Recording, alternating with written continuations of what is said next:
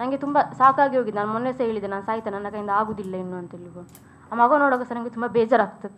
ಆ ಮಗು ನನ್ನ ಅಪ್ಪ ಯಾರಂತ ಕೇಳಿ ನಾನು ಎಂತ ಅಂತ ಹೇಳಿ.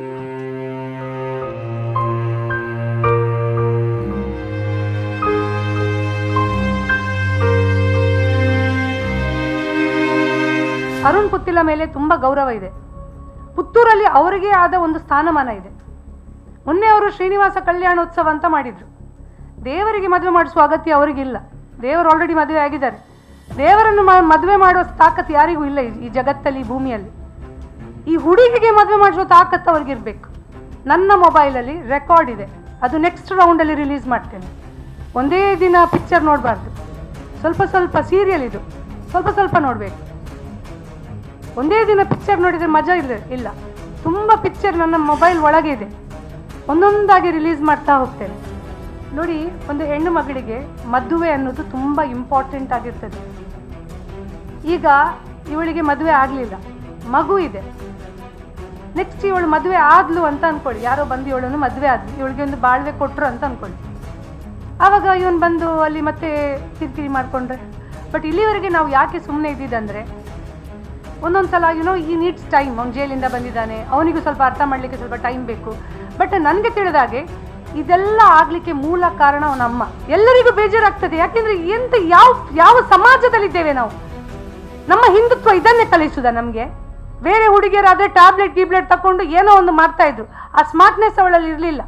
ಪ್ರಕರಣ ಏನಿದೆ ತುಂಬ ದಿನಗಳಿಂದ ಚರ್ಚೆಯಲ್ಲಿತ್ತು, ಮತ್ತು ಸಡನ್ನಾಗಿ ಎಲ್ಲರೂ ಮಾಯ ಆಗಿ ಹೋದರು. ಮಾಯಾಗಿ ನಾವು ಹೋಗಿರಲಿಲ್ಲ, ನಮ್ಮನ್ನು ಮಾಯ ಮಾಡಿದರು ಸ್ವಲ್ಪ ದಿನ. ಯಾಕೆಂದರೆ ಅವರು ನಮ್ಮ ಹತ್ರ ಏನು ಹೇಳಿದ್ರಂದರೆ, ಹೋರಾಟ ಪ್ರೆಸ್ ಮಾಡೋದಾಗಲಿ ಅದೆಲ್ಲ ನೀವು ಮಾಡಲಿಕ್ಕೆ ಈಗ ಹೋಗಬೇಡಿ, ಯಾಕೆಂದರೆ ಇದು ಎರಡು ಕುಟುಂಬದ ಪ್ರಶ್ನೆ. ಆ ಹುಡುಗ ಒಪ್ಪಿ ಮದುವೆ ಆಗಬಹುದು ಅಂತ ಹೇಳುವ ಮಾತನ್ನು ನನ್ನ ಹತ್ರ ಹೇಳಿದರು. ಲಾಸ್ಟ್ ಟೈಮ್ ನಾನೊಂದು ಪ್ರೆಸ್ಸನ್ನು ಮಾಡಿದ್ದೆ ಈ ಕೇಸಿಗೆ ಸಂಬಂಧಪಟ್ಟಾಗೆ. ಇಮಿಡಿಯೇಟಾಗಿ ಕೃಷ್ಣ ಜೆ ರಾವ್ ಯಾರಿದ್ದಾನೆ,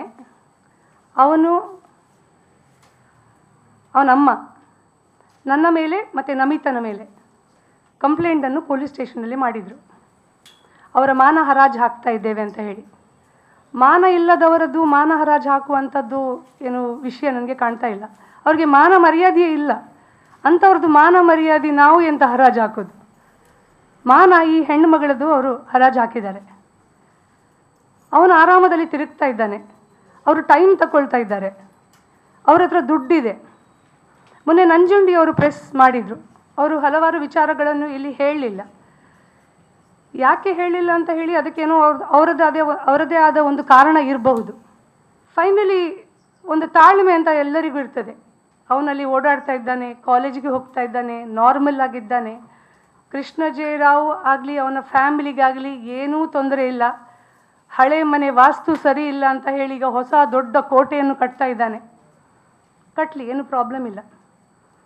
ಇಲ್ಲಿ ಈ ಶ್ರೀಮಂತರಿಗೆ ಏನಂದರೆ, ಬಡವರ ಮಕ್ಕಳು ಒಂದು ಭೋಗದ ವಸ್ತಾಗಿದೆ. ದುಡ್ಡು ಕೊಟ್ಟ ಕೂಡಲೇ ಎಲ್ಲ ಸರಿ ಹೋಗ್ತದೆ ಅಂತ ಹೇಳಿ ಅವ್ರು ಅಂದ್ಕೊಂಡಿದ್ದಾರೆ. ಮಾತುಕತೆಗೆ ಬಂದರು. ನಮ್ಮ ಹತ್ರ ಯಾರ ಹತ್ರ ಮಾತಾಡೋದಿಲ್ಲ, ನಮಿತನ ಹತ್ರ ಮಾತಾಡೋದಿಲ್ಲ, ನಮಿತನ ಮನೆಯವ್ರ ಹತ್ರ ಯಾರ ಹತ್ರ ಮಾತಾಡೋದಿಲ್ಲ.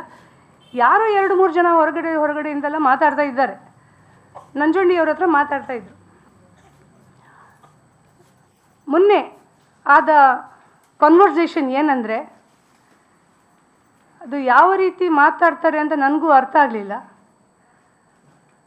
ಅವ್ರು ಹೇಳ್ತಾರೆ, ಈ ಮಗುವನ್ನು ಸಾಂತ್ವನ ಕೇಂದ್ರಕ್ಕೆ ಬಿಡಬೇಕು. ನನ್ನ ಹತ್ರ ರೆಕಾರ್ಡ್ ಇದೆ, ನಾನು ಯಾವುದು ರೆಕಾರ್ಡ್ ಇಲ್ಲದೆ ಮಾತಾಡೋದಿಲ್ಲ. ಈ ಮೀಡಿಯೇಟರ್ಸ್ ಯಾರಿದ್ದಾರೆ, ಏನು ಮಾತಾಡಿದ್ದಾರೆ, ಅದರ ರೆಕಾರ್ಡ್ ನನ್ನ ಹತ್ರ ಇದೆ. ಅದು ನೆಕ್ಸ್ಟ್ ನಾನು ರಿಲೀಸ್ ಮಾಡ್ತೇನೆ. ಸಾಂತ್ವನ ಕೇಂದ್ರಕ್ಕೆ ಮಗುವನ್ನು ಬಿಡಬೇಕು, ಫಸ್ಟ್ ಪಾಯಿಂಟ್. ಸೆಕೆಂಡ್ ಪಾಯಿಂಟ್ ಏನಂದರೆ, ಈ ಹುಡುಗಿಯನ್ನು ಅದರ ನಂತರ ಅವನು ಮದುವೆ ಆಗ್ತಾನಂತೆ. ಥರ್ಡ್ ಪಾಯಿಂಟ್ ಏನಂದರೆ, ಮದುವೆ ಆದ ಮೇಲೆ ಡೈವೋರ್ಸ್ ಕೊಡ್ತಾನಂತೆ ಇಮಿಡಿಯೇಟ್. 50 ಲಕ್ಷ ರೂಪಾಯಿ ಪರಿಹಾರ ಕೊಡ್ತಾನಂತೆ. ಅವನ ಕೇಸನ್ನು ಮದುವೆ ಆಗುವ ಮೊದಲು ಡಿಸ್ಪೋಸ್ ಮಾಡಬೇಕಂತೆ.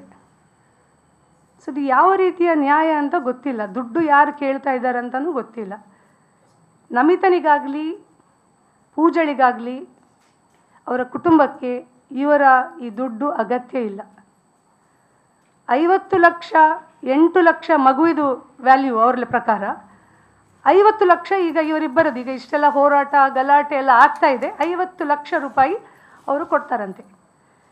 ಈ ಸಂದರ್ಭದಲ್ಲಿ ನಾನೊಂದು ಮಾತನ್ನು ಹೇಳಲಿಕ್ಕೆ ಇಚ್ಛಿಸ್ತೇನೆ. 50 ಲಕ್ಷ ರೂಪಾಯಿ ನಾನು ಕೃಷ್ಣಜೇವರಾವ್ ಜಗನ್ನಿವಾಸ ರಾವ್ಗೆ ಕೊಡ್ತೇನೆ. ಮದುವೆ ಆಗಲಿ, ನಮಿತನ ಮನೆಗೆ ಅವನು ಮನೆ ಅಳಿಯಾಗಿ ಬರಲಿ. 50 ಲಕ್ಷ ರೂಪಾಯಿ ಮಾತಾಡ್ತಾ ಇದ್ದಾನಲ್ಲ, ಇವರು ಹೊಡೆಯುವ ಮಾತನ್ನು ಮಾತಾಡ್ತಾ ಇದ್ದೇನೆ, ನಾನು ಒಂದು ಮಾಡುವ ಮಾತನ್ನು ಮಾತಾಡ್ತಾ ಇದ್ದೇನೆ. 50 ಲಕ್ಷ ರೂಪಾಯಿ ನಾನು ಕೊಡ್ತೇನೆ ಜಗನ್ನಿವಾಸ ರಾವ್ ಅವನ ಹೆಂಡತಿಗೆ. ಅವರ ಮಗನನ್ನು ನಮಿತನ ಮನೆಗೆ ಮನೆ ಅಳಿಯಾಗಿ ಕಳಿಸ್ಲಿ, ಮದುವೆ ಮಾಡಿಸ್ಲಿ. ಇವತ್ತು ಪೂಜಾ ಇಲ್ಲಿ ಮಾಸ್ಕ್ ಹಾಕಲಿಲ್ಲ, ಇನ್ನು ಮುಂದೆ ಪೂಜಾ ಮಾಸ್ಕ್ ಹಾಕುವುದಿಲ್ಲ. ಒಂದು ಹೆಣ್ಣಿಗೆ ಈ ಸಮಾಜದಲ್ಲಿ ಬದುಕುವ ಹಕ್ಕಿದೆ. ಕಾನೂನು ರೀತಿಯಾಗಿ ಏನೆಲ್ಲ ಆಗಬೇಕು ಅದು ಖಂಡಿತ ಆಗೇ ಆಗ್ತದೆ. ಆದರೆ ಸಾಮಾಜಿಕ ನ್ಯಾಯ ಅಂತ ಹೇಳುವಂಥದ್ದು ಒಂದಿದೆ, ಸಾಮಾಜಿಕ ನ್ಯಾಯ ಅನ್ನೋದು ಒಂದಿದೆ. ಕಾನೂನಲ್ಲಿ ಏನಾಗ್ತದೆ ಅಂತ ನಾನು ನಿಮಗೆ ಹೇಳ್ತೇನೆ. ನೆಕ್ಸ್ಟ್ ಈಗ ನಮ್ಮ ಮೇಲೆ ಸ್ಟೇ ತರ್ಬೋದು, ನಾವಿನ್ನು ಮುಂದೆ ಮಾತಾಡಬಾರ್ದು ಅಂತೇಳಿ. ನಾನು ಜೈಲು ಹೋಗ್ಲಿಕ್ಕೂ ರೆಡಿ, ನಮಿತಾನೂ ರೆಡಿ, ಪೂಜಾ ಸಹ ರೆಡಿ. ಲೈಫ್ ಅವ್ರದ್ದು ಬರ್ಬಾದಾಗಿ ಆಗಿದೆ, ಅವರೊಟ್ಟಿಗೆ ನಾವು ನಿಲ್ಲಬೇಕಷ್ಟೇ. ನಾನು ನಿಲ್ತೇನೆ. ಸ್ಟೇಟ್ ಅಂದರೆ ಹೇಗೆ ವೇಕೇಟ್ ಮಾಡಬೇಕು ಅಂತಲೂ ಗೊತ್ತಿದೆ. ಈಗ ಮದುವೆ ಆಗೋದಿಲ್ಲಲ್ಲ, ಬೇಲ್ ಕ್ಯಾನ್ಸಲ್ ಮಾಡ್ತೇವೆ, ಸೆಕೆಂಡ್ ಸ್ಟೆಪ್. ಪ್ರಭಾಕರ್ ಭಟ್ರು ಎಲ್ಲ ಕಡೆ ಹೇಳ್ತಾರೆ ಹಿಂದೂಗಳು ಮಕ್ಕಳು ಮಾಡಿ ಅಂತ. ಅವ್ರು ಇದನ್ನು ಹೇಳಲಿಲ್ಲ, ಮದುವೆ ಆಗಿ ಮಕ್ಕಳು ಮಾಡಿ ಅಂತ ಹೇಳಲಿಲ್ಲ. ಹಾಗಾಗಿ 24 ತಾರೀಕು ಜನವರಿಯಲ್ಲಿ ಕಲ್ಲಡ್ಕದಲ್ಲಿ ನಾವು ನಾಮಕರಣ ಶಾಸ್ತ್ರವನ್ನು ಇಟ್ಕೊಂಡಿದ್ದೇವೆ. ಮಗುವಿಗೆ ಒಂದು ಹೆಸರು ಬೇಕಲ್ಲ, ಮಗುದೊಂದು ಐಡೆಂಟಿಟಿ ಬೇಕಲ್ಲ. ಇವನು ಮದುವೆ ಆಗೋದಿಲ್ಲ ಅಂತ ಹೇಳಿದರೆ ಮಗುವಿಗೆ ಐಡೆಂಟಿಟಿ ಇಲ್ವಾ? ಅದು ಕೋರ್ಟ್ ಕೊಡ್ತದೆ. DNA ಟೆಸ್ಟ್ ಆಗಿದೆ, ಕೃಷ್ಣರಾವೇ ಅವನ ಅಪ್ಪ ಅಂತ ಹೇಳಿ ಪ್ರೂವ್ ಆಗಿದೆ. ಇನ್ನು ಮುಂದಕ್ಕೆ ಅವನು ಮದುವೆ ಆಗೋದಿಲ್ಲ ಅಂತ ಹೇಳಿದರೆ 10 ವರ್ಷ ಜೈಲಲ್ಲಿ ಇರಲಿ, ತೊಂದರೆ ಇಲ್ಲ. ಸಾಮಾಜಿಕ ನ್ಯಾಯದಲ್ಲಿ ನಾನು ಏನು ಕೇಳ್ತಾ ಇದ್ದೇನೆ ಅಂದರೆ, ಅವನು ಅವಳೊಟ್ಟಿಗೆ ಬಾಳ್ವೆ ಮಾಡ್ತಾನಾ ಇಲ್ವಾ ಅದೆಲ್ಲ ಮತ್ತೆ ಪ್ರಶ್ನೆ. ಇಬ್ಬರು ತಪ್ಪು ಮಾಡಿದ್ದಾರೆ, ಈ ತಪ್ಪಿಗೆ ಪ್ರಾಯಶ್ಚಿತವಾಗಿ ಮಗು ಹುಟ್ಟಿದೆ. ಹಾಗಾಗಿ ಪೂಜಳಿಗೆ ಇನ್ನು ಪೂಜಾ ಯಾರು, ನಮಿತಾ ಯಾರು ಇಡೀ ಲೋಕಕ್ಕೆ ಗೊತ್ತಿದೆ. ಐಡೆಂಟಿಟಿಯನ್ನು ಮುಖ ಮುಚ್ಚಿಕೊಂಡು ಕುತ್ಕೊಂಡು ಸಾಯುವರೆಗೆ ಅವನು ಮದುವೆ ಆಗೋದಿಲ್ಲ. ಇವಳು ಮುಖಕ್ಕೆ ಮಾಸ್ಕ್ ಹಾಕ್ಕೊಂಡು ಬುರ್ಕಾ ಹಾಕ್ಕೊಂಡು ತಿರುಗಬೇಕಾ? ಅವಳಿಗೆ ಅವಳ ಐಡೆಂಟಿಟಿ ಇಲ್ವಾ? 86% ಮಾರ್ಕ್ ತೆಗೆದಿದ್ದಾಳೆ ಅವಳು ಕಲಿತ ಕೋರ್ಸಲ್ಲಿ, ಫೈನಲ್ ಇಯರಲ್ಲಿ ಇದ್ದಾಳೆ. ಅವಳಿಗೆ ಬದುಕನ್ನು ಹೇಗೆ ಕಟ್ಕೊಳ್ಬೇಕು ಅವಳಿಗೂ ಗೊತ್ತುಂಟು. ಆದರೆ ನಾವೆಲ್ಲರೂ ಈ ಸಮಾಜದಲ್ಲಿದ್ದೇವೆ. ಸಮಾಜದಲ್ಲಿ ಮದುವೆ ಅನ್ನೋದು ಒಂದು ತುಂಬ ಶ್ರೇಷ್ಠವಾದ ಒಂದು ಸ್ಥಾನಮಾನ ಇದೆ ಅದಕ್ಕೆ. ಅವನು ಮದುವೆ ಆಗಲಿ, ಮದುವೆ ಆದ ಮೇಲೆ ಒಂದು ವೇಳೆ ಅವನಿಗೆ ಸರಿ ಹೋಗಲಿಲ್ಲ ಅಂತಾದರೆ, ಹೆಂಡತಿ ಜೊತೆ ಸಂಸಾರ ಮಾಡಲಿಕ್ಕೆ ಆಗುವುದಿಲ್ಲ ಅಂತಾದರೆ, ಅದರ ನಂತರ ಅದಕ್ಕೆ ಆದ ಕಾನೂನಲ್ಲಿ ಬೇಕಾದಷ್ಟು ವ್ಯವಸ್ಥೆಗಳಿದೆ, ಅದು ಮತ್ತೆ ಮಾತಾಡುವಂಥದ್ದು. ಇವರು ಅಂದ್ಕೊಂಡಿದ್ದಾರೆ ಇವರಿಗೆಲ್ಲ, ಇವನ ಅಪ್ಪನಿಗೆಲ್ಲ ಅಭ್ಯಾಸ ಇರ್ಬೋದು, 1500 ರೂಪಾಯಿ 2000 ಕೊಟ್ಟು ಹೆಣ್ಣು ಮಕ್ಕಳೊಟ್ಟಿಗೆ ಮಜಾ ಮಾಡಿಕೊಂಡು ಇರುವಂಥದ್ದು. ಹಾಗಾಗಿ ಈಗ ಇಲ್ಲಿವರೆಗೆ ಕುತ್ತಿಗೆವರೆಗೆ ಬಂದಿದೆ. ಅದಕ್ಕೆ ಇವತ್ತು 50 ಲಕ್ಷದ ವಿಷಯ ಮಾತಾಡ್ತಾ ಇದ್ದಾನೆವ.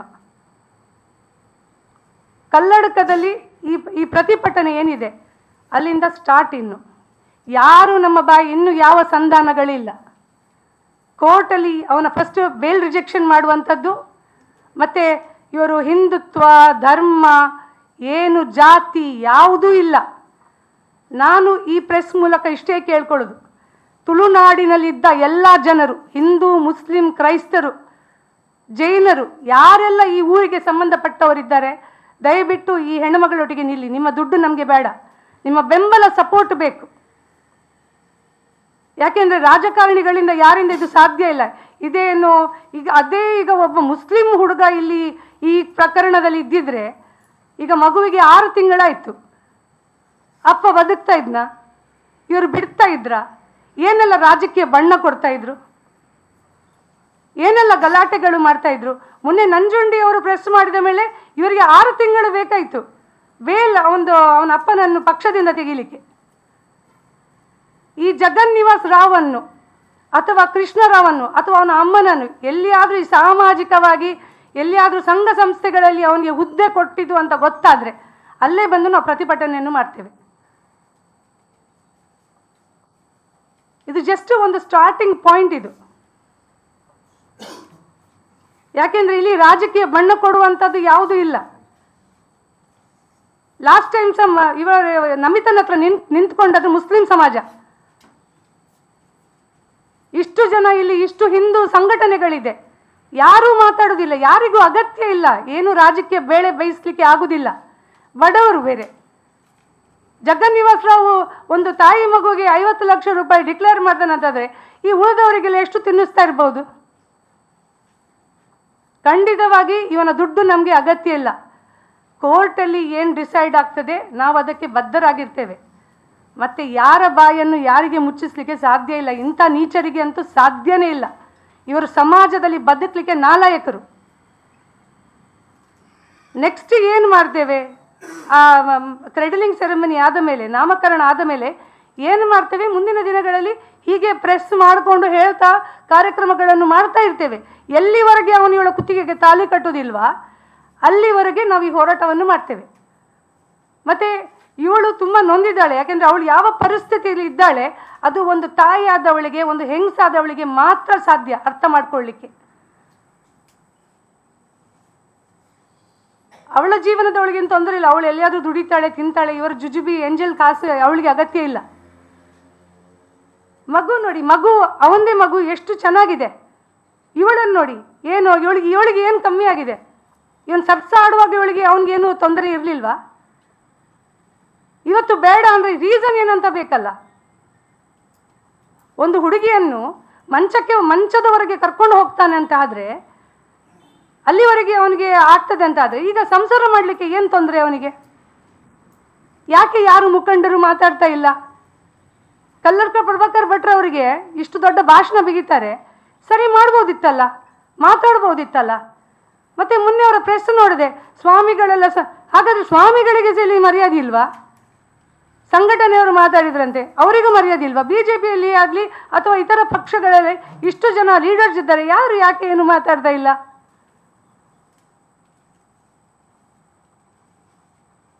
ಹಾಗಾಗಿ ನಾನು ಪತ್ರಿಕಾ ಮಾಧ್ಯಮದವ್ರ ಹತ್ರ ಇಷ್ಟೇ ಕೇಳ್ಕೊಳ್ಳೋದು, ನೀವೆಲ್ಲ ನಮಗೆ ಸಪೋರ್ಟ್ ಮಾಡಿ. ತುಳುನಾಡಿನ ಜನತೆ ಹತ್ರ ಇಷ್ಟೇ ಕೇಳೋದು, ನಮಗೆ ಜಾತಿ ಧರ್ಮ ಯಾವುದು ಬೇಡ, ಎಲ್ಲ ನೋಡಿ ಆಯಿತು. ಎಲ್ಲ ಭಾಷಣಕ್ಕೆ ಮಾತ್ರ ಸೀಮಿತ, ಎಲೆಕ್ಷನ್ಗೆ ಮಾತ್ರ ಸೀಮಿತ, ರಾಜಕೀಯ ಮಾಡಲಿಕ್ಕೆ ಮಾತ್ರ ಈ ಧರ್ಮ ಜಾತಿ ಸೀಮಿತ ಆಗಿರುವಂಥದ್ದು. ನಮಿತನೊಟ್ಟಿಗೆ ಅವರ ಸಮುದಾಯದವರು, ಈ ಊರಿನವರು ಯಾಕೆ ಬರ್ತಾ ಇಲ್ಲ? ಮೊನ್ನೆ ಒಬ್ಬರು ಫೋನ್ ಮಾಡಿ ಹೇಳ್ತಾರೆ ಇವರಿಗೆ 50 ಲಕ್ಷ ತಗೊಳ್ಳುವ, ಸುಮ್ಮನಿರುವ ಅಂತ. ನಮಿತನಿಗೂ ಒಂದು ಫ್ಯೂಚರ್ ಇದೆ. ಅವಳು ನಾಳೆ ದಿನ ಒಂದು ವೇಳೆ ಇವನಿಟಿಗೆ ಸರಿ ಹೋಗಲಿಲ್ಲ ಅಂತಂದರೆ, ಈಗ ಎಷ್ಟೋ ಜನ ಡಿವೋರ್ಸ್ ಆಗ್ತಾರೆ, ಮತ್ತೆ ಮದುವೆ ಆಗ್ತಾರೆ, ಮತ್ತೆ ಸಂಸಾರ ಮಾಡ್ತಾರೆ. ಅವಳಿಗೂ ಒಂದು ಫ್ಯೂಚರ್ ಇದೆ. ಇವನು ಈ ಕಡೆ ಮದುವೆ ಆಗೋದಿಲ್ಲ ಹೇಳೋದು, ಈ ಕಡೆ ಹಣದ ಆಮಿಷ ತೋರಿಸುವುದು. ಹಣದ ಆಮಿಷ ಇರಬೇಕಂತಾದರೆ ಆ ದಿನ 8 ಲಕ್ಷ ಕೊಡ್ತೇನೆ, ದುಡ್ಡು ಕೇಳಿದಷ್ಟು ಕೊಡ್ತೇವೆ ಅಂತ ಹೇಳುವಾಗ ಇವರೆಲ್ಲ ಒಪ್ಕೊಳ್ಬೇಕಿತ್ತು. ಇವ್ರದ್ದು ಏನೂ ಬೇಡ, ಆಸ್ತಿ ಬೇಡ, ಪಾಸ್ತಿ ಬೇಡ, ಏನೂ ಬೇಡ. ಅವನು ಸಾಮಾಜಿಕವಾಗಿ ನ್ಯಾಯ ಕೊಡಿಸ್ಲಿ, ಕಾನೂನಾತ್ಮಕವಾಗಿ ಏನು ನ್ಯಾಯ ಕೊಡಿಸ್ಬೇಕು ಅದು ಕೋರ್ಟ್ ಕೊಡ್ತದೆ. ಒಂದು ಹುಡುಗ, ಅವನ ಫ್ಯಾಮಿಲಿಯಲ್ಲಿರೋದು ಬರೀ 4 ಜನ, 4 ಜನರನ್ನು ಬಗ್ಗಿಸ್ಲಿಕ್ಕೆ ಈ ಸಮಾಜಕ್ಕೆ ತಾಕತ್ತಿಲ್ವಾ? ಆಗುದಿಲ್ವಾ? ನಾನೀಗ ಸಹ ಅಷ್ಟೇ ಕೇಳುದು, ಅವನು ನನ್ನನ್ನು ಮದುವೆ ಆದರೆ ಆಯಿತು, ನನ್ನ ಮಗುವಿಗೊಂದು ಅಪ್ಪ ಸಿಕ್ಕಿದ್ರೆ ಸಾಕು. ನಾನು ತಪ್ಪು ಮಾಡಿದ ನಾನು ಒಪ್ಪಿಕೊಳ್ತೇನೆ. ಆದರೆ ಅವನು ನನ್ನನ್ನು ನಂಬಿಸಿ ಇಷ್ಟು ಮೋಸ ಮಾಡ್ತಾನಂತ ನಾನು ಯಾವಾಗ ಥಿಂಕ್ ಮಾಡಲಿಲ್ಲ ಇತ್ತು. ಹಾಗೆ ಮೋಸ ಮಾಡ್ತಿದ್ದೆ, ನಾನು ಅವನ ಫ್ರೆಂಡ್ಶಿಪ್ ಸಹ ಮಾಡ್ತಿಲ್ಲ ಇತ್ತು. ಈಗ ಆಗಿದೆ, ಆದರೆ ಅವನು ಮದುವೆ ಆಗೋದಿಲ್ಲ ಅಂತ ಹೇಳ್ತಿದ್ದಾನೆ. ನನಗೆ ತುಂಬ ಸಾಕಾಗಿ ಹೋಗಿದೆ. ನಾನು ಮೊನ್ನೆ ಸಹ ಹೇಳಿದೆ, ನಾನು ಸಾಯ್ತೇನೆ, ನನ್ನ ಕೈಯಿಂದ ಆಗೋದಿಲ್ಲ ಇನ್ನು ಅಂತ ಹೇಳ್ಕೊಂಡು. ಆ ಮಗು ನೋಡೋಕೆ ಸಹ ನನಗೆ ತುಂಬ ಬೇಜಾರಾಗ್ತದೆ. ಆ ಮಗು ನನ್ನ ಅಪ್ಪ ಯಾರಂತ ಕೇಳಿ ನಾನು ಎಂತ ಅಂತ ಹೇಳುದು?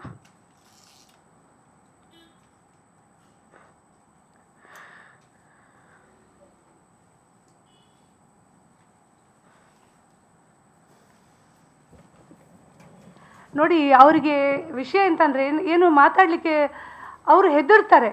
ಯಾಕೆಂದರೆ ಎಲ್ಲರೂ ಅವ್ರನ್ನ ದಬಾಯಿಸುವವರು ಇರುವುದು ಈ ಸಮಾಜದಲ್ಲಿ. ಮಾತಾಡಬೇಡ, ಹೀಗೆ ಹೇಳು, ಹಾಗೆ ಹೇಳು ಅಂತ. ಇವತ್ತಿಲ್ಲಿ ನಿಜ ಬಣ್ಣ ಬಯಲಾಗಿದೆ. ಈ ಹುಡುಗಿ ಮೊನ್ನೆ ಶನಿವಾರ ದಿನ ಸುಸೈಡ್ ಮಾಡಲಿಕ್ಕೆ ಹೋಗಿದ್ದಾಳೆ. ನಮಿತಾ ನನಗೆ ಫೋನ್ ಮಾಡಿ ಹೇಳಿದರು, ಪ್ರತಿ ದಿನ ಸಾಯ್ತಾ ಇದ್ದಾರೆ ಈ ಫ್ಯಾಮಿಲಿ, ಇವರ ದುಡ್ಡು ಯಾರಿಗೆ ಬೇಡ. ಮತ್ತೆ ಅವಳ ಮುಖ ಎಲ್ಲ ನೀವು ಬ್ಲರ್ ಮಾಡೋದು ಅಗತ್ಯ ಇಲ್ಲ. ಸ್ವ ಇಚ್ಛೆಯಿಂದ ಧೈರ್ಯದಲ್ಲಿ ಅವಳು ಬಂದಿಲ್ಲಿ ಕೂತ್ಕೊಂಡಿದ್ದಾಳೆ.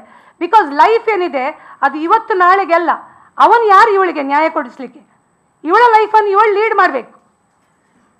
ಅದಕ್ಕೆ ಮಾಧ್ಯಮದವ್ರ ಹತ್ರ ಹೇಳಿದ, ಅವಳ ಪರ್ಮಿಷನ್ ಇದ್ದು ಅವಳು ಹೇಳಿದಾಳೆ ನಾನು ಲೈಫನ್ನು ಫೇಸ್ ಮಾಡ್ತೇನೆ ಅಂತ ಹೇಳಿದಕ್ಕೆ ಇವತ್ತು ಬಂದಿಲ್ಲಿ ಕೂತ್ಕೊಂಡಿದ್ದಾಳೆ. ಅವರು ಪ್ರತಿದಿನ ಏನು ಅನುಭವಿಸ್ತಿದ್ದಾರೆ. ನಮಗೆ ಬದುಕಲಿಕ್ಕೆ ಏನು ಬೇಕು? 2 ಹೊತ್ತು ಊಟ ಬೇಕು. ಕೂಲಿ ಮಾಡಿದ್ರು 500 ರೂಪಾಯಿ ಸಿಗ್ತದೆ. ಇವನು 50 ಲಕ್ಷ ಯಾರಿಗೆ ಬೇಕು? ಅಟ್ಲೀಸ್ಟ್ ಒಂದು ಮದುವೆ ಆಗಲಿ, ಅವ ಮತ್ತೆ ಅವನಿಗೆ ಸಂಸಾರ ಮಾಡಲಿಕ್ಕೆ ಆಗುದಿಲ್ವಾ? ಬಿಟ್ಟಾಕ್ಲಿ. ಈಗ ಇವತ್ತು ಅವಳಿಗೆ ಪರಿಸ್ಥಿತಿ ಬಂದಿದೆ. ನಾನು ನಿಜ ಹೇಳ್ತೇನೆ, ಇಲ್ಲಿ ನೀವು ಅಲ್ಲಿ ಕುತ್ಕೊಂಡವರು ಕಣ್ಣಲ್ಲಿ ಹೆಂಗಸರು ನೀರು ಹಾಕ್ತಾ ಇದ್ದೀರಾ. ನನಗೂ ಬೇಜಾರಾಗ್ತಾ ಇದೆ, ಎಲ್ಲರಿಗೂ ಬೇಜಾರಾಗ್ತದೆ. ಯಾಕೆಂದ್ರೆ ಎಂತ ಯಾವ ಸಮಾಜದಲ್ಲಿದ್ದೇವೆ ನಾವು? ನಮ್ಮ ಹಿಂದುತ್ವ ಇದನ್ನೇ ಕಲಿಸುದ ನಮಗೆ? ನಮ್ಮ ಹಿಂದುತ್ವ ಇದನ್ನೇ ಹೇಳಿದ್ದ? ನಮ್ಮ ಹಿಂದೂ ಸಮಾಜದಲ್ಲಿ ಇಷ್ಟು ಜನ ಇದ್ದು ಯಾರು ಇಲ್ಲದಾಗಿ ಆಗಿದೆ ಇವತ್ತು. ನಾನು ಕೇಳ್ತಾ ಇದ್ದೇನೆ, ನಾಳ್ದು ಅವಳದು ಏನು ಕ್ರೆಡಲಿಂಗ್ ಸೆರೆಮನಿ ಇದೆ, ನಮಗೆ ಜಾತಿ ಧರ್ಮ ಬೇಡ, ಎಲ್ಲ ಸಮುದಾಯದವರು ಬನ್ನಿ. ಫಸ್ಟಿಗೆ ನಿಂತದ್ದು ಮುಸಲ್ಮಾನರೇ. ಪ್ರತಿ ಒಂದು ವಿಷಯವನ್ನು ದುಡ್ಡಲ್ಲಿ ತುಲನೆ ಮಾಡಲಿಕ್ಕೆ ಆಗುದಿಲ್ಲ. ಹಾಗಾದ್ರೆ ನಾಳೆ ಇವಳಿಗೆ 50 ಲಕ್ಷ ಕೊಟ್ಟ, ಇನ್ನು ನೆಕ್ಸ್ಟ್ ಇನ್ನೊಬ್ಬಳಿಗೆ ಬಸರಿ ಮಾಡಿ ಅವನು ಮತ್ತೊಂದು 50 ಲಕ್ಷ ಕೊಡ್ತಾನೆ. ಇವನ ಮನೆ ಒಳಗೆ ಒಂದು ಹೆಣ್ಣು ಮಗಳನ್ನು ಇಟ್ಕೊಂಡು, ಪ್ರಾಯಕ್ಕೆ ಬಂದ ಹೆಣ್ಣು ಮಗಳನ್ನು ಇಟ್ಕೊಂಡು ಇನ್ನೊಂದು ಹೆಣ್ಣು ಮಗಳ ಲೈಫನ್ನು ಹಾಳು ಮಾಡ್ಕೊಳ್ಳಿಕ್ಕೆ ಬಂದಿದ್ದಾನೆ. ಇನ್ನು ನಮ್ಮ ಹತ್ರ ಯಾರು ಮಾತಾಡಿದ್ರು, ಯಾರು ಏನು ಮಾಡಿದ್ರು ನಾವಂತೂ ಕೇರ್ ಮಾಡುವುದಿಲ್ಲ. ಇವರಿಗೆ 100%, ನಾನೊಬ್ಬಳಲ್ಲ, ನನ್ನ ಹಿಂದೆ ತುಂಬ ಜನ ಇದ್ದಾರೆ. ತುಂಬ ಜನ ಪ್ರತಿಭಟನೆ ಹೋರಾಟಕ್ಕೆ ರೆಡಿ ಆಗಿದ್ದಾರೆ. ಅವನ ಮನೆಗೆ ಹೋಗುವ ಅಂತ ಹೇಳಿದ್ದಾರೆ, ಅಲ್ಲಿ ಹೊರಗಡೆ ಚಪ್ರ ಹಾಕಿ ಕುತ್ಕೊಳ್ಳುವ ಅಂತ ಹೇಳಿದ್ದಾರೆ. ಇವನ್ ತಾಕತ್ತಿದ್ರೆ ಇವನ್ ಏನೆಲ್ಲ ಇವನಿಗೆ ಮಾಡಲಿಕ್ಕೆ, ಇವನ ದುಡ್ಡಿನ ಬಲದಲ್ಲಿ ಮಾಡಲಿಕ್ಕೆ ಸಾಧ್ಯ ಉಂಟು, ಇವನು ಮಾಡಲಿ. ಬಡವರಂತ ಹೇಳಿ ಅವರನ್ನು ಇದು ಮಾಡೋದು ಬೇಡ. ಅವರೊಟ್ಟಿಗೆ ನಾನಿದ್ದೇನೆ. ನಿಮ್ಮ ಮುಂದೆ ಅವನ ಅಪ್ಪ ಅಮ್ಮನಿಗೆ 50 ಲಕ್ಷ ರೂಪಾಯಿ ಕೊಡ್ತೇನೆ, ಮದುವೆ ಆಗಲಿ, ಇವರ ಮನೆಗೆ ಮಣಿಯಾಳಿಯಾಗಿ ಬರಲಿ. ದುಡ್ಡಲ್ಲಿ ಮಾತಾಡುವುದಾದ್ರೆ.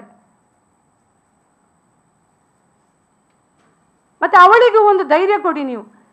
ಅವಳ ಮುಖ ಬ್ಲರ್ ಮಾಡೋದು ಸಂತ್ರಸ್ತೆ. ಅವಳು ಸಂತ್ರಸ್ತೆ ಅಲ್ಲ, ಇಲ್ಲಿವರೆಗೆ ಸಂತ್ರಸ್ತೆ, ಮೊನ್ನೆವರೆಗೆ ಸಂತ್ರಸ್ತೆ ಆಗಿದ್ಲು ಅಷ್ಟೇ. ಇನ್ನವಳು ಸಂತ್ರಸ್ತೆ ಅಲ್ಲ, ಅವಳು ಬದುಕಬೇಕು. ಇಲ್ಲಿ ಬರ್ತಾರೆ, ಮತ್ತೆ ಒಂದು ದಿನ ಸ್ಟೇಟಸ್ ಹಾಕ್ತಾರೆ ಸತ್ರೆ,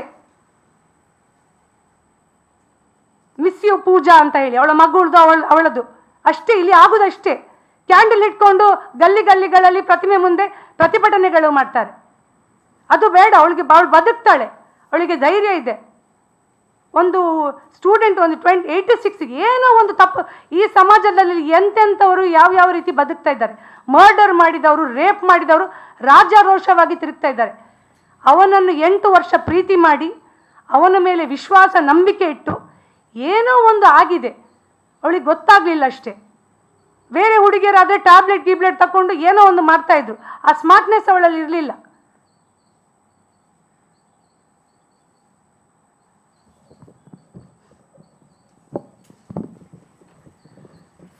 ನಾನು ಈ ಸಮಾಜಕ್ಕೆ ಕೇಳೋದಿಷ್ಟೇ, ನನ್ನ ಮಗಳಿಂದ ತಪ್ಪಾಗಿದೆ, ಹುಡುಗನು ತಪ್ಪು ಮಾಡಿದ್ದಾನೆ. ಆ ತಪ್ಪು ಮಾಡಿದೆ ಅಂತ ಈ ಮಗುಗೆ ಯಾವ ಇದು ಆಗಬಾರ್ದಲ್ವಾ? ಮಗುಗೆ ನ್ಯಾಯ ಕೊಡಿಸಿ. ಮಗು ಅವಂದೇ, ಯಾರ್ದಲ್ಲ, ಬೇರೆಯವ್ರದ್ದು. DNA ಟೆಸ್ಟ್ ಎಲ್ಲ ಬಂದಾಗಿದೆ, ಮಗು ಅವನದೇ ಅಂತ ಆಗಿದೆ. ಈಗನೂ ಮದುವೆಗೆ ಒಪ್ತಾ ಇಲ್ಲ ಅಂತ ಹೇಳಿದರೆ ಅವನಿಗೆ ಅವಳೊಟ್ಟಿಗೆ ಎಂಜಾಯ್ ಮಾಡುವಾಗ ಅವನಿಗೆ ಬೇಕಿತ್ತು ಅವಳು, ಈಗ ಬೇಡ ಅವನಿಗೆ. ಈಗ ನನಗೆ ಇಷ್ಟ ಇಲ್ಲ, ನನಗೆ 21 ವರ್ಷ ಆಗಿದೆ, ಆವಾಗ ಡಿಸಿಷನ್ ತಗೊಳ್ಲಿಕ್ಕೆ ಆಗೋದಿಲ್ಲ, ಇವಾಗ ತಗೊಳ್ಬೋದಲ್ಲ ಅವನಿಗೆ. ಅವ್ರ ಮನೆಯವರು ಹೇಳ್ತಿದ್ದಾರೆ ಅವನಿಗೆ ಇಷ್ಟ ಇಲ್ಲ ಅಂತ. ಅವನಿಗೆ ಇಷ್ಟ ಇದ್ದಾಗೆ ಅವರು ಹುಡುಗಿಯರನ್ನು ಚೇಂಜ್ ಮಾಡ್ಕೊಂಡು ಹೋಗ್ತಾರಾ? ಈಗ ನನ್ನ ಮಗಳಿಗೆ ಆದ ಪರಿಸ್ಥಿತಿ ಇನ್ನೊಂದು ಹೆಣ್ಣು ಮಗಳಿಗೆ ಬರಬಾರ್ದು. ಎಲ್ಲರ ಮನೆಯಲ್ಲಿ ಹೆಣ್ಣು ಮಕ್ಕಳಿದ್ದಾರೆ. ಎಲ್ಲರ ಹತ್ರ ನಾನು ಕೇಳೋದಿಷ್ಟೇ, ಎಲ್ಲರೂ ಸೇರಿ ನಮಗೆ ನ್ಯಾಯ ಕೊಡಿಸ್ಲಿಕ್ಕೋಸ್ಕರ ಎಲ್ಲರೂ ಸಪೋರ್ಟ್ ಮಾಡಿ. ಎಲ್ಲರ ಹತ್ರನೇ ಕೇಳೋದಿಷ್ಟೇ. ಈ ಹಣ ಗಿಣ ಕೊಟ್ಟು ನಾವು ಹಣ ತಗೊಳ್ಳೋದಾದ್ರೆ ಯಾವತ್ತೂ ಹಣ ತಗೊಳ್ಬೋದಿತ್ತು. ಹಣ ಕೊಟ್ಟು ಈ ಕೇಸನ್ನೇ ಕ್ಲೋಸ್ ಮಾಡ್ಬೋದಿತ್ತು. ಹಣ ಬೇಡ ನನಗೆ, ಮಗುವಿಗೆ ತಂದೆ ಬೇಕು, ಮಗಳಿಗೆ ಗಂಡ ಬೇಕು, ಅಷ್ಟರೇ ಇಷ್ಟುವರೆಗೆ ನಾವು ಕೇಳ್ತಿರೋದಷ್ಟೇ. ಈಗನೂ ಕೇಳೋದಷ್ಟೇ, ಅವ ಮದುವೆ ಆಗಬೇಕು. ಯಾಕೆ ಮದುವೆ ಆಗೋದಿಲ್ಲ ಅಂತ ಒಂದು ಹೆಣ್ಣಿಗೆ ಆಗಿದ್ರೆ ಎಲ್ಲಿ ನ್ಯಾಯ ಇಲ್ವ? ಕೋರ್ಟ್ ಬಿಡಿ, ಕೋರ್ಟ್ ಆದರೆ ಇದು ಮಾಡ್ತಾ ಇರ್ತದೆ. ಆದರೆ ಈ ಸಮಾಜ ನಮಗೆ ನಮ್ಮೊಟ್ಟಿಗೆ ಸಹಾಯ ಮಾಡಬೇಕು, ಮಗಳಿಗೆ ನ್ಯಾಯ ಕೊಡಿಸ್ಲಿಕ್ಕೋಸ್ಕರ ನಾನು ಹೋರಾಟಕ್ಕೂ ರೆಡಿ ಇದ್ದೇನೆ. ಕಾನೂನು ಹೋರಾಟ ಮಾಡಲಿಕ್ಕೂ ನಾನು ರೆಡಿ ಇದ್ದೇನೆ. ಮಗಳಿಗೆ ನ್ಯಾಯ ಕೊಡಿಸ್ಲಿಕ್ಕೋಸ್ಕರ ಎಲ್ಲರೂ ನನ್ನ ಜೊತೆ ಸೇರಿ ಇವ್ರ ಮಗುವನ್ನು ಅಲ್ಲಿ ಕೊಡೋದು ಇಲ್ಲಿ ಕೊಡೋದು ಅದೆಲ್ಲ ಅವಶ್ಯಕತೆಯೇ ಇಲ್ಲ. ಮಗುವಿಗೆ ನಾವಿದ್ದೇವೆ. ಅವ್ರಿಗೆ ಮಗು ಅಗತ್ಯ ಇಲ್ಲದೆ ಇರ್ಬೋದು. ನನಗೆ ಈ ಮಗು ಬೇಕು, ನನ್ನ ಮಗಳು ಬೇಕು. ನಾನು ಇರುವ ತನಕನೂ ನಾನು ಸಾಕ್ತೇನೆ ಆ ಮಗುವನ್ನು. ಅವರಿಗೆ ಭಾರ ಆಗಿರ್ಬೋದು, ನಮಗೆ ಭಾರ ಆಗಲಿಲ್ಲ, ಆಗೋದು ಇಲ್ಲ.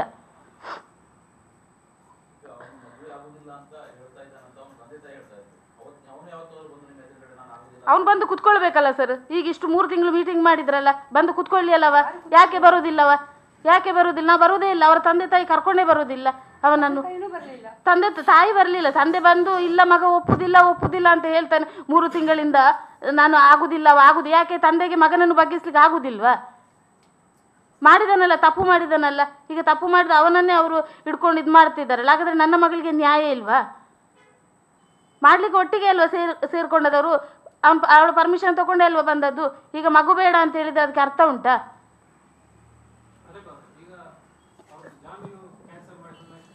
ಹೌದು, ಇಲ್ಲ, ಅದು ಪ್ರೊಸೀಜರ್ ಇದೆ. ಈಗ ಅವನು ಬೇಲ್ ಮೇಲೆ ಬಂದಿದ್ದು, is come on bail. So bail rejection ಮಾಡಲಿಕ್ಕೆ ತುಂಬ ಅವಕಾಶಗಳಿದೆ. ಅದಕ್ಕೆ ಪೂರಕವಾದ ಡಾಕ್ಯುಮೆಂಟ್ಸ್ ನಾವು ಅಲ್ಲಿ ಸಬ್ಮಿಟ್ ಮಾಡಿದರೆ ಆಟೋಮ್ಯಾಟಿಕ್ ಆಗಿ ಅವನ ಬೇಲ್ ರಿಜೆಕ್ಟ್ ಆಗ್ತದೆ. ಇಲ್ಲಿವರೆಗೆ ನಾವು ಯಾಕೆ ಇಮಿಡಿಯೇಟ್ ಆಗಿ ಆಗ್ತಾ ಇತ್ತು, ಬಟ್ ಇಲ್ಲಿವರೆಗೆ ನಾವು ಯಾಕೆ ಸುಮ್ಮನೆ ಇದ್ದಿದ್ದಂದರೆ ಒಂದೊಂದು ಸಲ ಈ ನೀಡ್ಸ್ ಟೈಮ್. ಅವ್ನು ಜೈಲಿಂದ ಬಂದಿದ್ದಾನೆ, ಅವನಿಗೂ ಸ್ವಲ್ಪ ಅರ್ಥ ಮಾಡಲಿಕ್ಕೆ ಸ್ವಲ್ಪ ಟೈಮ್ ಬೇಕು. ಬಟ್ ನನಗೆ ತಿಳಿದಾಗೆ ಇದೆಲ್ಲ ಆಗಲಿಕ್ಕೆ ಮೂಲ ಕಾರಣ ಅವನ ಅಮ್ಮನಿಗೆ ಇಷ್ಟ ಇಲ್ಲ ಅಂತೆ ಮದುವೆ ಆಗೋದು. ಅವನ ತಂದೆ ಅವನು ಯಾರು ಓಕೆ, ಬಟ್ ಅಮ್ಮ ಮೇಜರ್ಲಿ. ಈಗ ಇಷ್ಟೆಲ್ಲ ನಾವು ಮಾತಾಡ್ತಾ ಇದ್ದೀವಿ, ಒಂದು ದಿನ ಪ್ರತಿಕ್ರಿಯೆ ಕೊಟ್ಟಿದ್ದಾನ? ಇನ್ನೊಂದು ವಿಚಾರ ನಾನಿಲ್ಲಿ ಹೇಳಲಿಕ್ಕೆ ಇಚ್ಛಿಸ್ತೇನೆ. ನನಗೆ ಅರುಣ್ ಪುತ್ತಿಲ ಮೇಲೆ ತುಂಬ ಗೌರವ ಇದೆ. ಪುತ್ತೂರಲ್ಲಿ ಅವರಿಗೆ ಆದ ಒಂದು ಸ್ಥಾನಮಾನ ಇದೆ. ಮೊನ್ನೆ ಅವರು ಶ್ರೀನಿವಾಸ ಕಲ್ಯಾಣೋತ್ಸವ ಅಂತ ಮಾಡಿದರು. ದೇವರಿಗೆ ಮದುವೆ ಮಾಡಿಸುವ ಅಗತ್ಯ ಅವರಿಗಿಲ್ಲ. ದೇವರು ಆಲ್ರೆಡಿ ಮದುವೆ ಆಗಿದ್ದಾರೆ. ದೇವರನ್ನು ಮದುವೆ ಮಾಡುವ ತಾಕತ್ತು ಯಾರಿಗೂ ಇಲ್ಲ ಈ ಜಗತ್ತಲ್ಲಿ, ಈ ಭೂಮಿಯಲ್ಲಿ. ಈ ಹುಡುಗಿಗೆ ಮದುವೆ ಮಾಡಿಸುವ ತಾಕತ್ತು ಅವ್ರಿಗಿರ್ಬೇಕು. ಇವಳು ದೇವರಿಗಿಂತ ಮೇಲಲ್ಲ. ಅವರು ಮನಸ್ಸು ಮಾಡಿದರೆ ಪುತ್ತೂರಲ್ಲಿ ಅವನನ್ನು ಮದುವೆ ಮಾಡಿಸೋದು ಒಂದು ದೊಡ್ಡ ಸಂಗತಿ ಅಲ್ಲ. ಮತ್ತೆ ಸಂಸಾರ ಸರಿ ಹೋಗುದಿಲ್ವಾ? ತೊಂದರೆ ಇಲ್ಲ. ಈ ಮೂಲಕ ನಾನು ಅವರಿಗೂ ರಿಕ್ವೆಸ್ಟ್ ಮಾಡ್ತಾ ಇದ್ದೇನೆ, ಶ್ರೀನಿವಾಸ ಕಲ್ಯಾಣ ಮಹೋತ್ಸವ ನೀವು ಮಾಡುವ ಅಗತ್ಯವೇ ಇಲ್ಲ. ನಿಮ್ಮ ಊರಲ್ಲಿ ಒಂದು ಹುಡುಗಿಗೆ ಅನ್ಯಾಯ ಆಗಿದೆ, ಅದು ಒಂದು ಹಿಂದೂ ಹೆಣ್ಣು ಮಗಳಿಗೆ. ಅವಳಿಗೆ ನ್ಯಾಯ ಕೊಡಿಸಿ ನೀವು. ಅವನ ಬೇಲು 100% ಕ್ಯಾನ್ಸಲ್ ಆಗ್ತದೆ. ಅವನು ಮತ್ತೆ ಒಳಗೆ ಹೋಗ್ತಾನೆ.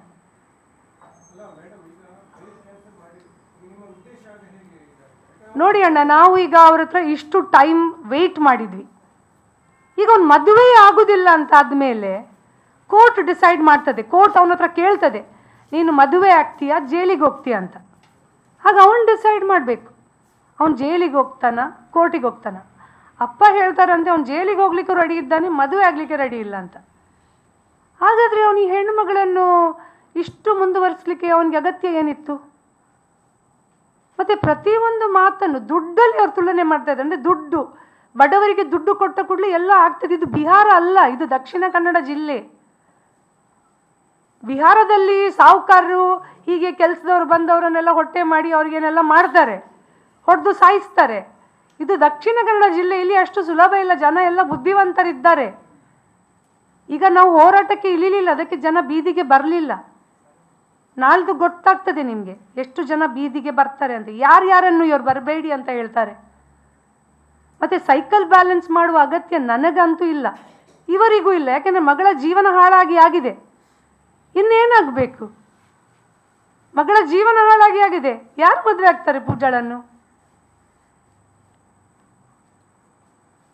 ಅಟ್ಲೀಸ್ಟ್ ಗಂಡ ಆಗಿ ಒಂದು ದಿನಕ್ಕಾದ್ರೂ ತೊಂದರೆ ಇಲ್ಲ, ಗಂಡ ಆಗಿರ್ತಾನಲ್ಲವ.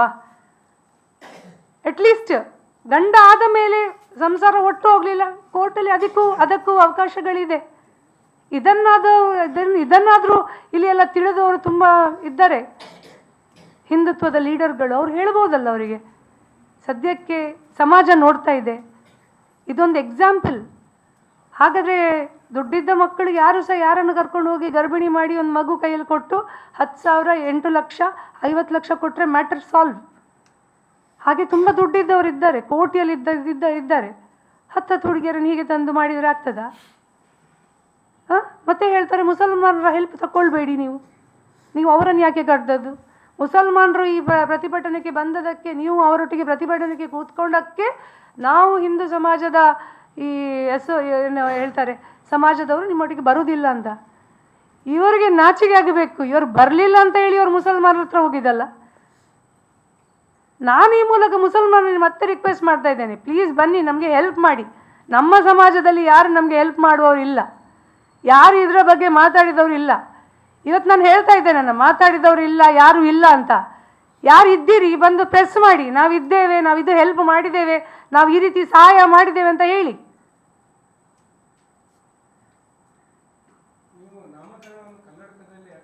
ಯಾಕೆ ಇಟ್ಕೊಂಡದಂದ್ರೆ ಕಲ್ಲಡ್ಕ ಪ್ರಭಾಕರ್ ಭಟ್ರು ಪ್ರತಿ ಸಲ ಹೇಳ್ತಾರೆ ಹಿಂದೂಗಳಿಗೆ ಮಕ್ಕಳು ಮಾಡಿ, ತುಂಬ ಮಕ್ಕಳು ಮಾಡಿ, ಮುಸಲ್ಮಾನರಿಗಿಂತ ಜಾಸ್ತಿ ಮಕ್ಕಳು ಮಾಡಿ ಅಂತ. ಅವ್ರು ಹೇಳಲಿಲ್ಲ ಮದುವೆ ಆದ ಮೇಲೆ ಮಕ್ಕಳು ಮಾಡಿ ಅಂತ ಹೇಳಲಿಲ್ಲ. ಕೃಷ್ಣರಾವ್ ಅವನದೇ ಒಂದು ಶಿಷ್ಯ ಅಲ್ಲ, ಅದನ್ನು ಅವನು ಪರಿಪಾಲನೆ ಮಾಡಿದ್ದಾನೆ. ಪರಿಪಾಲನೆ ಮಾಡಿ ಈಗ ಮಕ್ಕಳು ಮಾಡಿದ್ದಾನೆ. ಕಲ್ಲಡ್ಕದಲ್ಲಿ ನಾನು ಇನ್ನೊಂದು ಪ್ರೆಸ್ ಕರೆದು ನಿಮಗೆ ಟೈಮ್, ಡೇಟ್, ವೆನ್ಯೂ ಎಲ್ಲ ಹೇಳ್ತೇನೆ. 24ಗೆ ನಾನು ಇಟ್ಕೊಂಡಿದ್ದೇನೆ. ಈಗ ಕಲ್ಲಡ್ಕ ಪ್ರಭಾಕರ್ ಭಟ್ರು ಜವಾಬ್ದಾರಿ ತಗೊಳ್ಬೇಕು. ಹಿಂದೂ ಹೆಣ್ಣು ಮಗಳು, ಅದು ಬೇರೆ ಧರ್ಮದಲ್ಲ, ಬೇರೆ ಧರ್ಮದ ಹೆಣ್ಣು ಮಗಳಲ್ಲ, ಹಿಂದೂ ಹೆಣ್ಣು ಮಗಳಿಗೆ ಅನ್ಯಾಯ ಆಗಿದೆ ಅವರದೇ ಶಿಷ್ಯನಿಂದ. ಕರೆಸಿ ಬುದ್ಧಿ ಹೇಳಿ ಒಂದು ಮದುವೆ ಆಗ ಮಾರೆ ಅಂತ ಹೇಳ್ಬೋದಲ್ಲ. ಅದು ದೊಡ್ಡ ವಿಷಯವಾ? ಅಷ್ಟೊಂದು ದೊಡ್ಡ ಲೀಡರ್ ಅವರು. ಒಂದು ಹುಡುಗನನ್ನು ಸರಿ ಮಾಡಲಿಕ್ಕೆ ಆಗೋದಿಲ್ಲ ಅಂತಂದ್ರೆ ಯಾವ ಹಿಂದೂ ಸಮಾಜವನ್ನು ಸರಿ ಮಾಡುವವರು? ಇವ್ರದ್ದೆಲ್ಲ ಯೋಗ್ಯತೆ ಇದರಲ್ಲಿ ಗೊತ್ತಾಗ್ತದೆ. ಇವರು ಬರೇ ಭಾಷಣ ಹೇಳ್ಕೊಂಡು ಈ ಬ್ಯಾಕ್ವರ್ಡ್ ಹುಡುಗರೆಲ್ಲ ಇರ್ತಾರಲ್ಲ, ಅವರ ತಲೆ ಹಾಳು ಮಾಡಿಕೊಂಡು ಅವರನ್ನು ಜೈಲಿಗೆ ಕಳಿಸೋದು ಮಾತ್ರ ಕೆಲಸ. ಎಲೆಕ್ಷನ್ ಟೈಮಲ್ಲಿ ಅವರನ್ನು ಇವರು ಕೊಳ್ಳೋದು, ಇವರನ್ನು ಅವರು ಕೊಳ್ಳೋದು. ಈ ಪ್ರೆಸೆಂಟ್ ಕಮಿಷನರ್ ಬಂದ ಮೇಲೆ ಎಲ್ಲ ಸರಿಯಾಗಿದೆ. ಈಗ ಫಸ್ಟಿಗೆ ಲೀಡರ್ಸ್ಗಳನ್ನು ತೆಗೆದು ಒಳಗಾಕಬೇಕು. ಈಗ ಅದನ್ನು ಮಾಡ್ತಾ ಇದ್ದಾರೆ ಅವರು. ಅವರ ಮೇಲೆ ಕೇಸ್ ಆಗ್ತಾ ಇದೆ, ಹಾಗಾಗಿ ಈಗ ಮುಚ್ಕೊಂಡಿದ್ದಾರೆ. ಈಗ ಕಲ್ಲಡ್ಕ ಪ್ರಭಾಕರ್ ಅವರ ಯೋಗ್ಯತೆ ಉಂಟು ಅಂತಾದರೆ ಈ ಹುಡುಗಿ ಮತ್ತು ಹುಡುಗನಿಗೆ ಮದುವೆ ಮಾಡಿಸ್ಬೇಕು. ತಾಕತ್ತಿಲ್ಲ ಅಂತಾದರೆ ಅವ್ರು ಯಾವ ಸೀಮೆ ಲೀಡರ್ ಅವರು? ಹಿಂದೂ ಲೀಡರ್ ಅವರು. ಅವರನ್ನು ನಾವು ಹೇಗೆ ಒಪ್ಕೊಳ್ಳೋದು? ಅವರು ಏನೂ ಮಾಡದೆ ಮುಸಲ್ಮಾನರ ಹತ್ರ ಹೋಗಬೇಡಿ, ಅವರ ಸಂಘಟನೆಗೆ ಹೋಗಬೇಡಿ, ಅವ್ರ ಹತ್ರ. ನಮಗೆ ಬೇಕಲ್ಲ, ನಮಗೆ ಜನ ಸಪೋರ್ಟ್. ನಮಗೆ ಮುಸಲ್ಮಾನ ಹಿಂದೂ ಯಾರೂ ಇಲ್ಲ, ಎಲ್ಲರೂ ಮನುಷ್ಯರೇ. ಸಪೋರ್ಟ್ ಮಾಡುವವರು ಬೇಕಲ್ಲ, ಇವಳಿಗೆ ನ್ಯಾಯ ಸಿಗಬೇಕಲ್ಲ. ನನ್ನ ಮೊಬೈಲಲ್ಲಿ ರೆಕಾರ್ಡ್ ಇದೆ, ಅದು ನೆಕ್ಸ್ಟ್ ರೌಂಡಲ್ಲಿ ರಿಲೀಸ್ ಮಾಡ್ತೇನೆ. ಒಂದೇ ದಿನ ಪಿಕ್ಚರ್ ನೋಡಬಾರ್ದು, ಸ್ವಲ್ಪ ಸ್ವಲ್ಪ ಸೀರಿಯಲ್ ಇದು, ಸ್ವಲ್ಪ ಸ್ವಲ್ಪ ನೋಡಬೇಕು. ಒಂದೇ ದಿನ ಪಿಕ್ಚರ್ ನೋಡಿದರೆ ಮಜಾ ಇಲ್ಲ. ತುಂಬ ಪಿಕ್ಚರ್ ನನ್ನ ಮೊಬೈಲ್ ಒಳಗೆ ಇದೆ, ಒಂದೊಂದಾಗಿ ರಿಲೀಸ್ ಮಾಡ್ತಾ ಹೋಗ್ತೇನೆ. ಸೀರಿಯಲ್ ಇವತ್ತು ಶುರುವಾಗಿದೆ ಮತ್ತೆ. ಯಾರು ಕಮ್ಯುನಿಕೇಟ್ ಮಾಡಿದಾರಲ್ಲ, ದುಡ್ಡಿದ ವಿಷಯ, ಮಗುವಿದ ವಿಷಯ, ಮತ್ತು ಕೇಸ್ ವಾಪಸ್ ತಗೊಳ್ಳೋದು, ಮತ್ತು ಡಿವೋರ್ಸ್ ಮಾಡಿಸೋದು, ಇದೆಲ್ಲ ಇದೆ ಇಲ್ಲಿ ಒಳಗೆ. ಅದನ್ನು ರಿಲೀಸ್ ಮಾಡ್ತೇನೆ ನಾನು ನೆಕ್ಸ್ಟ್. ಅವರ ಪ್ರತಿಕ್ರಿಯೆಯನ್ನು ಕಾಯ್ತೇನೆ. ಅವ್ರ ಪ್ರತಿಕ್ರಿಯೆ ಕೊಡೋದಿಲ್ಲ, ಮಾನ ಮರ್ಯಾದೆ ಕೆಟ್ಟವರಲ್ಲ, ಹಾಗೆ ಅವ್ರ ಪ್ರತಿಕ್ರಿಯೆ ಮಾಡೋದಿಲ್ಲ. ಅವರು ನಮಗೆ ಅವರ ಮಾನ ಹರಾಜು ಮಾಡಿದ್ದೇವೆ ಅಂತೇಳಿ ನನ್ನ ಮೇಲೆ, ನಮಿತನ ಮೇಲೆ ಹೋಗಿ ಕೇಸ್ ಕೊಡ್ತಿದ್ದಾರೆ. ಏನಿಲ್ಲ, ನನ್ನನ್ನು ಕರೀಲೇ ಇಲ್ಲ. ನಮಿತ ಬಡವರಲ್ಲ ಪಾಪ, ಅವ್ರ ಹತ್ರ ಏನಿದೆ? ಯಾರ ಬೆಂಬಲನಿಲ್ಲ, ಏನಿಲ್ಲ. ಅವರನ್ನು ಕರೆಸಿದ್ದಾರೆ ಸ್ಟೇಷನಲ್ಲಿ. ಕರೆಸಿ ಏನು ಹೇಳಲಿಲ್ಲ ಪಾಪ ಅವರು ಸಹ. ಈ ರೀತಿ ನಿಮ್ಮ ಮೇಲೆ ಕೇಸ್ ಆಗಿದೆ, ಜಸ್ಟ್ ಇಲ್ಲಿ ಒಂದು ಸೈನ್ ಹಾಕಿ, ಅದು ಅವ್ರದ್ದು ಫಾರ್ಮ್ಯಾಲಿಟಿ ಇರ್ತದಲ್ಲ ಪೊಲೀಸ್ ಸ್ಟೇಷನಲ್ಲಿ, ಅದನ್ನು ನಮಿತನ ಹತ್ರ ಮಾಡಿಸಿದ್ದಾರೆ, ನನ್ನ ಹತ್ರ ಮಾಡಲಿಲ್ಲ. ಅವನಮ್ಮ ಕೊಟ್ಟದಂತೆ ಅವರ ಮರ್ಯಾದೆ ಹರಾಜು. ಮರ್ಯಾದೆ ಇವರೇ ತೆಗೆಯುವುದು ಇವರದು. ಇವರಿಗೆ ಮರ್ಯಾದೆ ಇರ್ತಾ ಇತ್ತು ಮಗನನ್ನು ತಂದು ಮದುವೆ ಮಾಡಿಸಿದ್ರೆ. ಮತ್ತು ನಮ್ಮ ಬಾಯಿ ಮುಚ್ಚಲಿಕ್ಕೆ, ನನ್ನ ಬಾಯಿ ಅಂತೂ ಮುಚ್ಚಲಿಕ್ಕೆ ಸಾಧ್ಯವೇ ಇಲ್ಲ ಇವ್ರ ಹತ್ರ, ಖಂಡಿತ ಸಾಧ್ಯ ಇಲ್ಲ. ನಮಿತನ ಬಾಯಿ ಮುಚ್ಚಲಿಕ್ಕೆ ಸಹ ಸಾಧ್ಯ ಇಲ್ಲ. ಇನ್ನು ನಾವು ಯಾರ ಮಾತನ್ನು ಕೇಳುವುದಿಲ್ಲ. ಕಾನೂನಾತ್ಮಕವಾಗಿ ಏನಾಗಬೇಕು ಅದು ಆಗ್ತದೆ. ಮ್ಯಾಕ್ಸಿಮಮ್ ಏನು ಸ್ಟೇ ತರ್ಬೋದಲ್ಲ. ನನ್ನಂತ ಇನ್ನೂ 10 ಜನ ಹುಟ್ಟುತ್ತಾರೆ ಇಲ್ಲಿ ಈ ಜಿಲ್ಲೆಯಲ್ಲಿ ಮಾತಾಡಲಿಕ್ಕೆ ಇವಳ ಪರವಾಗಿ. ರೆಡಿ ಇದ್ದಾರೆ ಈಗ ಬೇಡ ಅಂತ ಕೂತ್ಕೊಂಡದ್ದು. ಯಾಕೆಂದರೆ 2 ಫ್ಯಾಮಿಲಿ ಮಧ್ಯೆ ನಾವು ಮಾತಾಡಿ, ಮತ್ತು ಇದರಲ್ಲಿ ಯಾವ ಪೊಲಿಟಿಕಲ್ ಬೇಳೆ ಬೇಯಿಸ್ಕೊಳ್ಳಿಕ್ಕೂ ಇಲ್ಲ, ಏನೂ ಇಲ್ಲ. ಅವಳಿಗೆ ನ್ಯಾಯ ಸಿಗಬೇಕಷ್ಟೇ.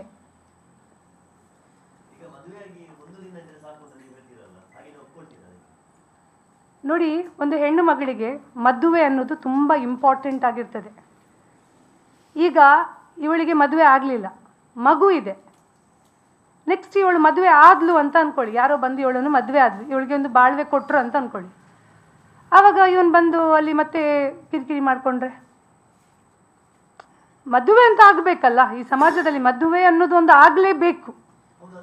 To have a legal relation, to have a legal marriage, ಮದುವೆ ಒಂದು ಆಗಬೇಕಲ್ವಾ. ಈಗ ಅವನಿಗೆ ಇಷ್ಟ ಇಲ್ಲ ನೋಡಿ, ಮದುವೆ ಆಗದೆ ಇವಳೊಟ್ಟಿಗೆ ಸಂಸಾರ ಮಾಡಲಿಕ್ಕೆ ಆಗೋದಿಲ್ಲ ಅಂತ ಹೇಗೆ ಹೇಳ್ತಾನೆವಾ. ಈಗ 7 ವರ್ಷ ಒಟ್ಟಿಗಿದ್ರು, 7-8 ವರ್ಷದಿಂದ ಫ್ರೆಂಡ್ಸ್ ಆಗಿದ್ರು, ಒಂದು ರಿಲೇಷನ್ಶಿಪ್ಪಲ್ಲಿದ್ದರು. ಆ ವಿಶ್ವಾಸದಲ್ಲಿ ಈಗ 8 ವರ್ಷದಲ್ಲಿ ಅವನಿಗೆ ಗೊತ್ತಿರ್ತದಲ್ಲ ಪೂಜಾ ಹೇಗೆ ಅಂತ ಹೇಳಿ. ಈಗ ಇಷ್ಟು ದೊಡ್ಡ ಸ್ಟೆಪ್ ಅವರಿಗೆ ಬರಬೇಕು ಅಂತಾದರೆ ಅವರೊಳಗೆ ಆ ಅನ್ಯೋನ್ಯತೆ ಇದ್ದ ಕಾರಣ ಅವರು ಅಲ್ಲಿವರೆಗೆ ರೀಚ್ ಆಗಿದ್ದಾರೆ. ಈಗ ಮದುವೆ ಆದ ಮೇಲೆ ಮತ್ತೆ ಅವರು ಡಿಸೈಡ್, ಅವ್ರ ಮನಸ್ಸು ಚೇಂಜ್ ಆಗ್ಬೋದು, ಇಲ್ಲ ನಾವು ಒಟ್ಟಿಗೆ ಬಾಳ್ವೆ ಮಾಡ್ಬೋದು ಅಂತ ಆಗ್ಬೋದು. ಇಮಿಡಿಯೇಟ್ ಏನು ಡಿವೋರ್ಸ್ ಆಗೋದಿಲ್ಲಲ್ಲ. ಈಗ ಅವನಿಗೆ ಬೇಡ ಅಂತ ಆದರೂ ಈಗ ಅವರೇನು ಹೇಳ್ತಾ ಇರೋದು, ಮದುವೆ ಮಾಡಿ ಫಸ್ಟಿಗೆ ಮಗುವನ್ನು ಸಾಂತ್ವನ ಕೇಂದ್ರಕ್ಕೆ ಕೊಡಬೇಕಂತೆ. ಯಾಕೆ? ನಮಿತಾ ಗಟ್ಟಿದ್ದಾರೆ, ಅವರಿಗೆ ಒಂದು ಸಣ್ಣ ಮಗಳಿದ್ದಾಳೆ, ಆ ಮಗು ಒಟ್ಟಿಗೆ ಇವರನ್ನು ಸಾಕ್ಲಿಕ್ಕೆ ಏನು ಕಷ್ಟ ಇಲ್ಲ, ನಮಿತಾ ಸಾಕ್ತಾರೆ. ಅವರ ಮನೆಯ ಮಗುವನ್ನು ಅವ್ರು ಯಾರಿಗೆ ಸಾಂತ್ವನ ಕೇಂದ್ರಕ್ಕೆ ಯಾಕೆ ಕೊಡ್ತಾರೆ? ಒಂದು ಪಾಯಿಂಟ್. 2ನೇ ಪಾಯಿಂಟ್, ಮದುವೆ ಆಗ್ತಾನೆವ, ಮದುವೆ ಆಗುವ ಮೊದಲು ಅವನ ಮೇಲಿದ್ದ ಕೇಸನ್ನು ವಾಪಸ್ ತಗೊಳ್ಬೇಕಂತೆ. ಅದು ಕಾನೂನಲ್ಲಿ ಅದಕ್ಕೆ ಅವಕಾಶ ಇಲ್ಲ. ಇವಳು ವಾಪಸ್ ತಕ್ಕೊಳ್ತಾಳೆ ಅಂತ ಆದರೂ ಕಾನೂನಲ್ಲಿ ಅದಕ್ಕೆ ಅವಕಾಶ ಇಲ್ಲ. ಯಾಕೆಂದರೆ ಇದು ಇಲ್ಲಿವರೆಗೆ ರೀಚ್ ಆಗಿದೆ ಈ ಕೇಸ್. ನೆಕ್ಸ್ಟ್ ಮದುವೆ ಆಗ್ತಾನೆ, ಮದುವೆ ಆದ ಮೇಲೆ ಇಮಿಡಿಯೇಟ್ ಡಿವೋರ್ಸ್ ತಗೊಳ್ತಾನಂತೆ, ಮತ್ತು ಅವನು 50 lakh rupees ಕಂಪನ್ಸೇಷನ್ ಕೊಡ್ತಾನಂತೆ. ಸೊ ಇದೆಲ್ಲ ಸಾಧ್ಯ ಉಂಟಾ? It is not possible. ಅವನು ಮದುವೆ ಆಗಬೇಕು ಫಸ್ಟಿಗೆ, ಮತ್ತೆ ಅವನಿಗೆ ಎಷ್ಟೋ ಕೋರ್ಟಲ್ಲಿ ಅವನ ಕೇಸ್ ಅಂತೂ ವಾಪಸ್ ತಗೊಳ್ಳೋದಿಲ್ಲ. ಎಷ್ಟೋ ವರ್ಷಗಳ ನಂತರ ಅವನು 1 ವರ್ಷನೋ 2 ವರ್ಷನೋ ಕೋರ್ಟ್ ನೋಡ್ತದೆ, ಅವರಿಗೆ ಸಂಸಾರ ಮಾಡಲಿಕ್ಕೆ ಆಗೋದಿಲ್ಲ ಅಂತಾದಾಗ ಆಟೋಮ್ಯಾಟಿಕ್ಲಿ ಅವರಿಗೆ ಡಿವೋರ್ಸ್ ಪ್ರೊಸೀಜರ್ಸ್ಗೆ ಹೋಗುವ ಅವಕಾಶಗಳು ಇರ್ತದೆ.